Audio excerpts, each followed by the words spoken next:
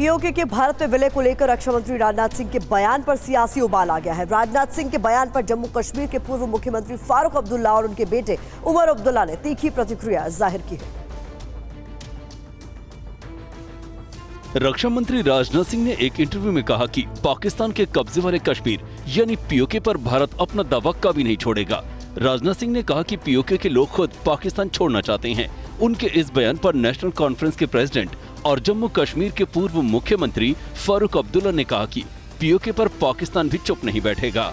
Defence minister कह रहे हैं तो करें, हम कौन से रोकने वाले हैं?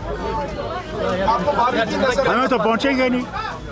ये भी याद रखे वो भी चूड़ियां पहने हुए नहीं है, याद रखिए। उनके पास भी एटम बम है, ये याद रखिएगा। और अफसोस यह है कि वो एटम बम हमारे ऊपर ही गिरेगा।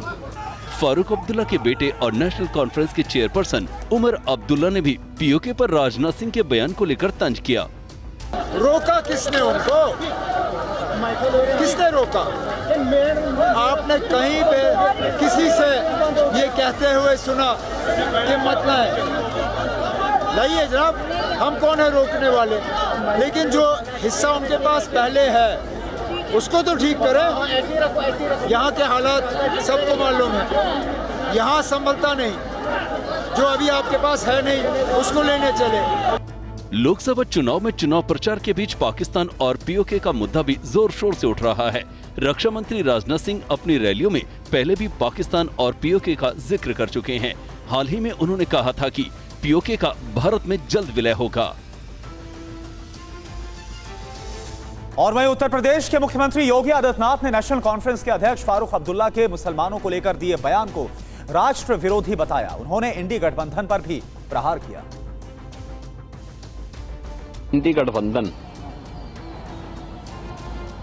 ये बनने के बाद से ही विवाद में है और इसलिए उनके नेताओं के विवादास्पद बयान ये कोई नई बात नहीं है। सबसे दुर्भाग्यपूर्ण स्थिति ये है,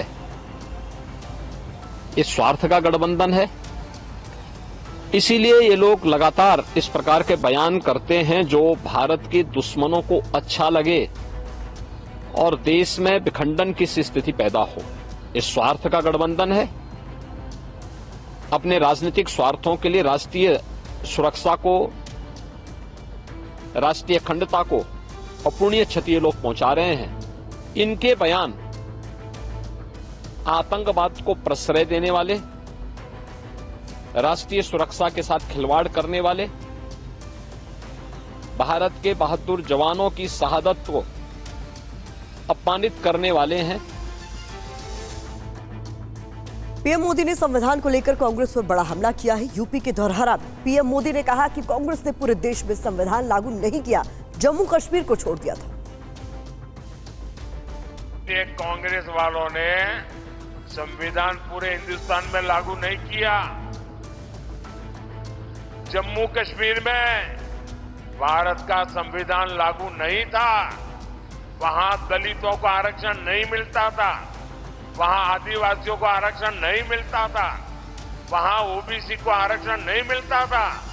ये 370 दीवार थी।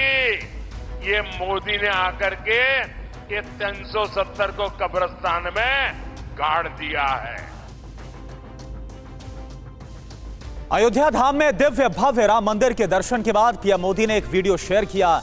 पीएम मोदी ने सोशल मीडिया पर लिखा है कि उन्हें श्री रामलला के दर्शन और पूजन का परम सौभाग्य मिला।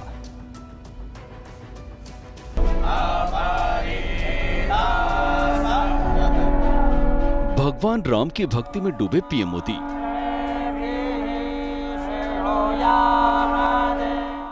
अध्यात्म की गंगा में डुबकी लगाते पीएम मोदी।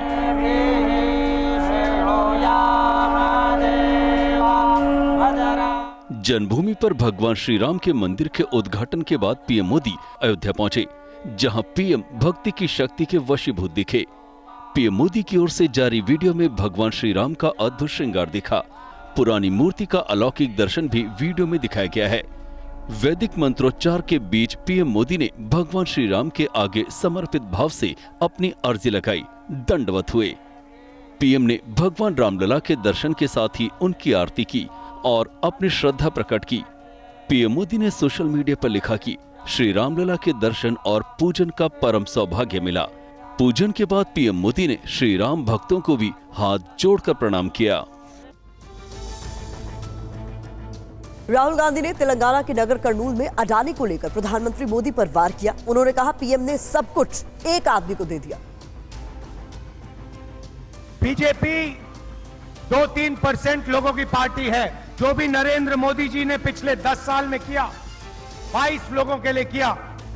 अदानी जैसे अरबपतियों का उन्होंने लाखों करोड़ रुपए कर्जा माफ किया। देश के सारे एयरपोर्ट, सारे पोर्ट्स, इंफ्रास्ट्रक्चर, डिफेंस इंडस्ट्री, सारी की सारी इन्होंने एक व्यक्ति को पकड़ा दी। और किसानों का, मजदूरों का ये कभी कर्जा नहीं माफ करते। केंद्रीय गृह मंत्री अमित शाह ने रविवार को तेलंगाना में कई रैलियों को संबोधित किया। इन रैलियों में अमित शाह ने कांग्रेस और अन्य विपक्षी पार्टियों पर जमकर हमला बोला।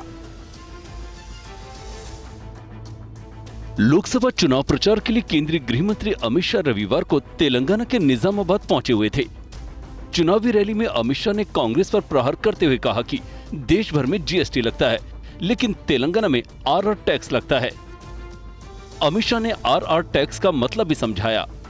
भाइयों बहनों, एक कांग्रेस पार्टी की यहां सरकार बनाई, उन्होंने अपने तेलंगाना राज्य को कांग्रेस का एटीएम बना दिया। देश भर में जीएसटी लगता है, यहां आरआर टैक्स लगता है। तेलंगाना में एक आरआर टैक्स है, मालूम है आरआर टैक्स क्या है? राहुल रेवंत टैक्स का नाम आरआर टैक्स है।